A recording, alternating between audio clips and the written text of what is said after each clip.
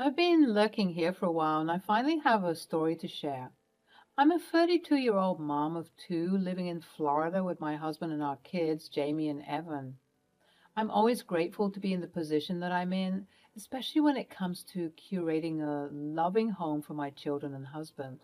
Unfortunately, my in-laws have always been critical of my parenting, and it's been a source of tension between us for years. My mother-in-law, Sue, and father-in-law, Eric, are both in their late 60s and have a traditional view of parenting. They think I'm too lenient with my kids and don't discipline them enough. They're always telling me how to raise my children and making me feel like I'm not doing a good job, which irritates me to say the least. You're letting the kids eat that much sugar? They'll have all their teeth falling out before mine do at this rate. It's just a Capri Sun, guys. Sure, for now. And then you'll be letting them put 10 tablespoons of sugar in their cereal or something. And now your kids are all going to be strung out and hyper and crazy. I really feel like you should implement some more vegetables in their diet. They eat plenty of vegetables. Well, maybe they don't eat enough. Look at how malnourished they look. They're fine, Mom. Don't mind them, Ronnie. Except I did mind.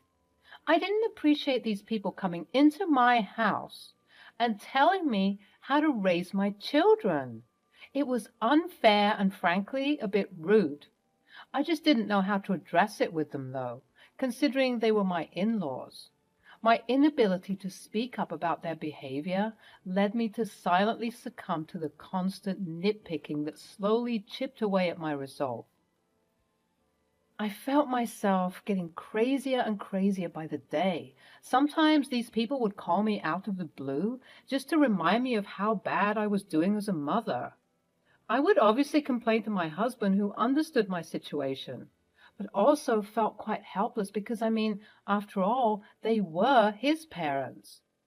When I did formally approach him about his parents' antics, however, this also proposed its own set of problems. I just feel like I need you to support me a bit more. It seems like I'm the only person fighting for what I believe in, and you sitting there not doing anything isn't helping. I get that my parents can be a bit annoying, but that's what they do. They're grandparents. They're going to do this kind of stuff. You're just scared to approach them, that's all. That's not true. It is true, and you're just afraid to admit that. You're afraid of going against your dear parents for the sake of your wife and kids. You're delusional, Ronnie. That's the furthest thing from the truth. What if I agree with them sometimes? Excuse me? Sometimes they have a bit too much screen time. Before we had kids, we talked about screen time. Even going as far as to remove the whole concept of having a TV or accessible phones and iPads, and now it seems like that's all they use. Okay, but why are you acting as if I'm their only parent? If you feel like they have too much screen time, which is only 4 times a week for a total of 8 hours, by the way, why not communicate that with me? Why is it that even though they have their dad in their lives, he isn't even here? I am here. I do things. Oh, yeah? Like what? Pray tell me. Well, I pay the bills and I play with them sometimes. Being a parent is way more than just paying bills, Phil. If I knew that this is what you were going to say, I would have seriously considered having children with you in the first place. Wow. Yeah, I said it. It's way more than doing those things. You constantly forget their birthdays and their sports events. You don't even read them a story before bed. And you don't even care for them when they get a cold or when they're upset. I am the one who is picking up all the slack, and it's unfair. Enough. You will not continue to disrespect me in this house. You know that I'm a good dad, but you're too selfish to see that. We went back and forth for a bit more, both of us clearly unable to see eye to eye. Needless to say that after this argument, there was some tension between us, which was only exacerbated when this happened next. As I mentioned previously, I was getting tired of the constant belittling and micromanaging. This type of behavior would obviously lead someone to lose it. And oh boy, did I lose it this one afternoon when Sue and Eric decided to make their infamously unexpected visits, which were a veil for getting a chance to berate me and judge my parenting, mothering skills. Darling, are you sure that the kids should play outside at this hour? They'll get burnt. It's too hot. That's why they have sunscreen, Sue. And besides, it's not for too long, just 30 minutes or so before they need to take their evening baths.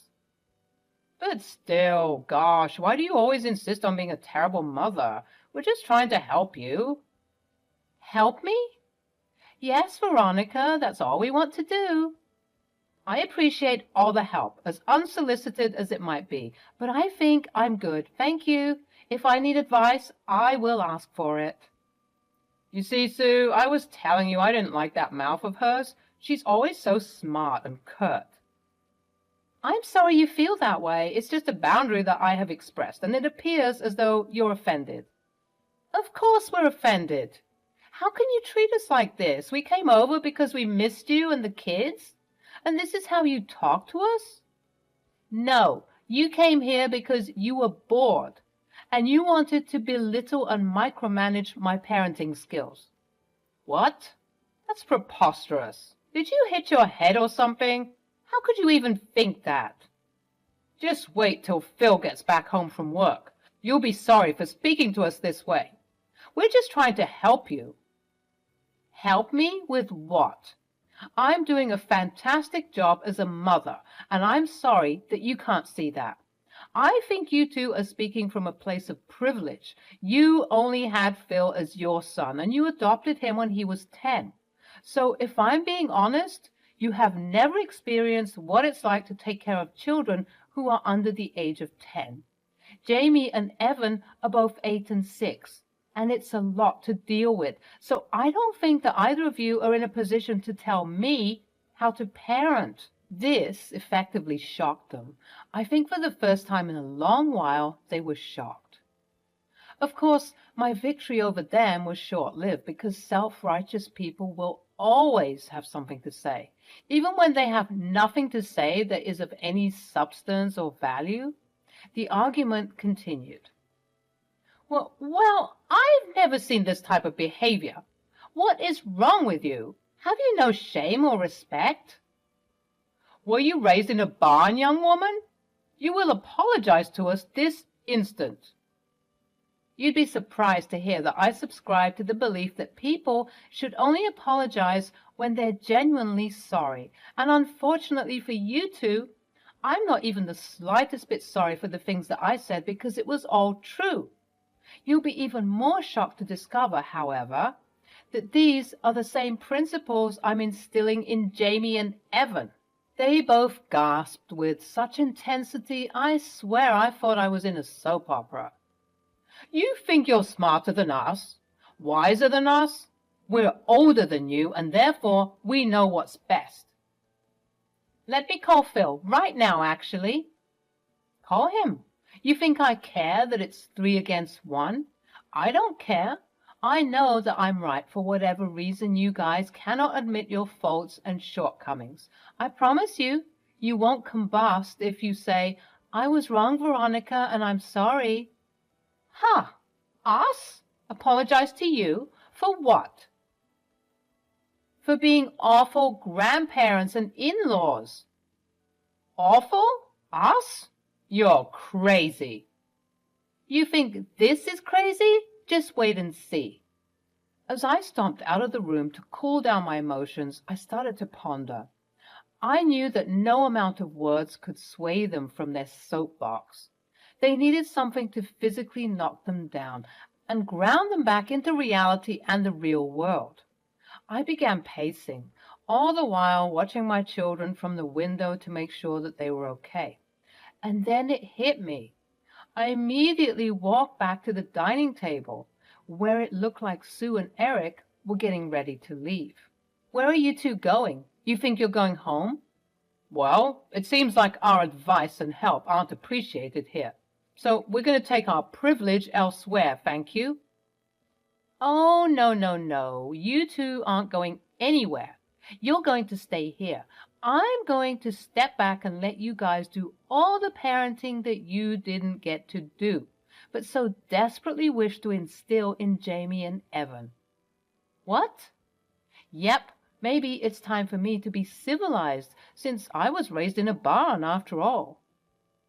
I didn't mean that, Veronica. You know we were heated. So obviously it's time to act prim and proper like you guys, right? So please, by all means, stay the night and take over as the best parents for your grandchildren. But we don't have clothes. And toiletries. Not to worry. I'll call Phil and tell him to stop by your house on the way. He can bring those things for you if need be, and you can buy toiletries at the grocery store. Actually, let's go there right now, and we can bring the kids, since we all know how well-behaved and good kids can be in the grocery stores. All of that won't be necessary. Come on, kids, we're going to the store. When they heard the word store, they immediately dashed inside, covered in dirt and dust, their smiles beaming from ear to ear. But any mother would know that those smiles were hiding some devilish intent to wreak havoc in the store. Unfortunately for Sue and Eric, they had no idea what this meant. We arrived at the store, and that's when I decided to say, Jamie, Evan, Gammy and Pop Pop are going to play a game with you, okay? They're going to pretend to be your mommy and daddy for a while. So right now, I need you to go inside the store with them and pretend that they're like your real mommy and daddy, okay? The kids nodded with excitement, ready for the chaos and destruction, and they sprinted inside the store. Are you sure about this? Oh, I'm positive. Go ahead and pick out what needs to be picked out. Phil should be home any second, so when we get back home for the sleepover, all will be in place for a wonderful time of parenting that you two so desperately desire to advise and help. Okay, whatever. Sue, it's just a grocery store. How hard could it be? A task that was meant to take perhaps 20 minutes maximum ended up taking close to an hour. The kids came out carrying as many snacks and toys as their tiny bodies could carry, with Sue and Eric trailing behind them, looking like they aged 20 years, and a cart full of more toys and snacks. I snickered to myself. What happened, guys? What's with all the toys? They wouldn't stop screaming for the toys. They were causing a scene, so we had to give in and just get them anything they wanted so they could shut up. Oh, yeah, you get used to that. Where are your things, though? Oh, shoot, we forgot to get those. We were so overwhelmed with the kids that we completely forgot. Huh? Interesting. I'll go back and get the stuff. Sue, please keep them entertained. Eric managed to retreat to the store and get the needful toiletries for the night. We finally made our way home and found Phil with a worried look on his face. Why exactly are my parents staying the night? Jamie, Evan, why don't you go play with your toys and get ready for bath time while Mommy talks to your new parents? You know how I said that you were going to get 2 new parents? Well, when you finish getting ready for bath time, you're going to get an extra parent. That's right, my babies. Daddy is finally going to help you with the things that Mommy normally helps you with. The kids looked very excited. They were being spoiled today, which made them extra giddy. As much as they looked excited, their new parents, on the other hand, didn't. If anything, they looked extremely worried. What's going on? Well, Phil, if you really must know, I've decided to hand over the title of present and loving parent to you 3. For the next 24 hours, you people will prove to me that you are indeed the better parents. If you manage to succeed, then I will heed all of your advice from now on. No questions asked. I'll also make sure to cater to your every whim and will pamper you at least once a week upon request. Again, no questions asked. Being pampered whenever I want? You're on. Wait, Phil, let's talk about this for a minute, please. Oh, come on, Sue. Are you still reeling from the store earlier? It's okay, that was just a fluke. Yes, just a fluke. We got this. I mean, it's 3 against 1. We're obviously going to succeed. Glad to hear that you're excited about the challenge, but I want you to know if you fail, you 3 would have to be pampering and spoiling me, as well as shutting the hell up about my parenting. Deal? Deal. Deal. Deal. This is going to be so easy. Except it wasn't easy. It was the exact opposite of easy. It took less than 10 minutes for me to hear Sue and Eric screaming as they were being terrorized by Jamie and Evan. They were laughing manically as their grandparents were bumbling upstairs, failing to help them with their bath time. Phil tried to step in and managed to do a decent job, if you think that decent is just wiping them down with myriads of baby wipes and haphazardly putting them in their pajamas. There, we're all done with your task. Can we rest now? Oh, no, baby. Your job as a present parent has just begun. Now, you got to keep them entertained, preferably with some educational content while you make their dinner. Then you got to feed them. Afterward, you got to help them with their homework and school assignments. Afterwards, you have to play with them and then put them to bed, but not before reading to them their favorite bedtime stories. And once all that is done, I will tell you what happens in the morning for their morning routine. What? There's more? Oh, so much more. You haven't even spent the day with them. You'll be in for a treat, I'm sure. Easy. We'll just break up the tasks. I'll prepare the dinner for them. Sue, you help with school assignments, and Phil, you play with them and put them to bed with the bedtime story. We got this, guys. Well, they didn't, I'll tell you that. Eric thought it would be smart to serve them a fancy dinner full of flavors that weren't part of their developing palates yet. I mean, who gives kids olives and feta cheese in a garden salad?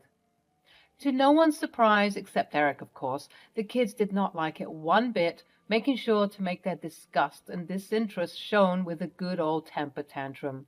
Jamie, being the older one, simply refused to eat, whilst Evan, being a toddler still, obviously had a meltdown. Whilst the new parents were panicking, not knowing what to do, I was just sipping on my chamomile tea, waiting for more chaos to ensue. Eric relented to the kids' wishes and just ordered pizza for the night. Next, it was Sue's turn, and she too faced a lot of difficulty with the tasks.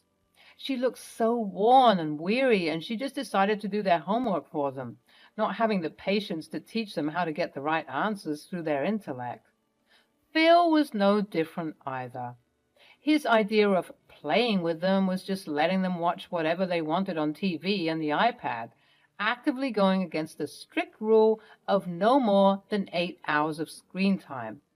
The kids had already reached their weekly limit, but Phil simply couldn't be bothered to try and be a present parent.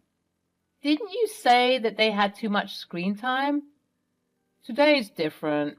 They've been too hyper. Maybe sitting still in one place and gazing at a screen would be good for them. Terrible logic, but okay. Look, I'm doing my best, okay? Well, now it's time for bed. So go and do that, please. I could hear Phil wailing and whining alongside his difficult children, as they were way too hyper to go to bed. It took him 3 hours to finally put them down, and when he was done, I noticed that he just came straight to our bedroom and flopped on the bed. Phil, Sue, and Eric had no idea what was about to hit them in the morning. My kids are early birds, meaning by 6 a.m. they're up. So I took the liberty of banging pots and pans with them in the morning, their favorite way of waking us up in the morning. What the hell is going on? Did someone die? What's with all the commotion? It's 6:15 in the morning. Oh, good morning, sleepyheads. I'm sorry. Turns out Phil and I forgot to mention that this is our kids' favorite way to wake us up in the morning sometimes. Phil knew about this and didn't think to tell us? Must have slipped his mind. He's learned to ignore it and sleep right through it, though. Not on my watch. Sue proceeded to wake up Phil and bring him to the assembly line. Today's tasks are going to be a lot of fun. First, you got to get the kids to do their morning reflection, meditation. Evan, in particular, hates this, so you have to convince him to be good. Then you can get them a healthy snack before they bathe for the day. Afterward, you have to make them their breakfast. After eating, you're to go to the park with them for some playtime. When you decide to come back home, you can bake some cookies with them since they take those snacks with them to school. Afterwards, you need to prepare their lunch and clean their rooms and bathrooms. When you're done with that, you have to clean up the living room because... Okay, enough. We get it. It's a lot to do. But I, for one, can't do any of those things. I decided to accept defeat. I don't care. I was incorrect in my judgments earlier. Oh, you want to quit? Well, sorry, parenting doesn't work that way. Please, Veronica, when will you stop torturing us? It hasn't even been 24 hours. I'm tired. I don't want to do this anymore. Well, if the other two agree, then we can end this game of pretend. I too wish to throw in the towel. I have way too much work to do, and just the thought of completing half of those tasks has given me a migraine. Eric? Exactly. You three have made it a point to treat me like crap and call my parenting and mothering awful when you three combined couldn't even complete 24 hours of active and present parenting. You're all pathetic. Thanks for the free pampering sessions, by the way, and come to think of it, I think I need some pampering right now. The day ended with three very grumpy people begrudgingly accepting defeat and pampering me all weekend. Revenge never felt so good.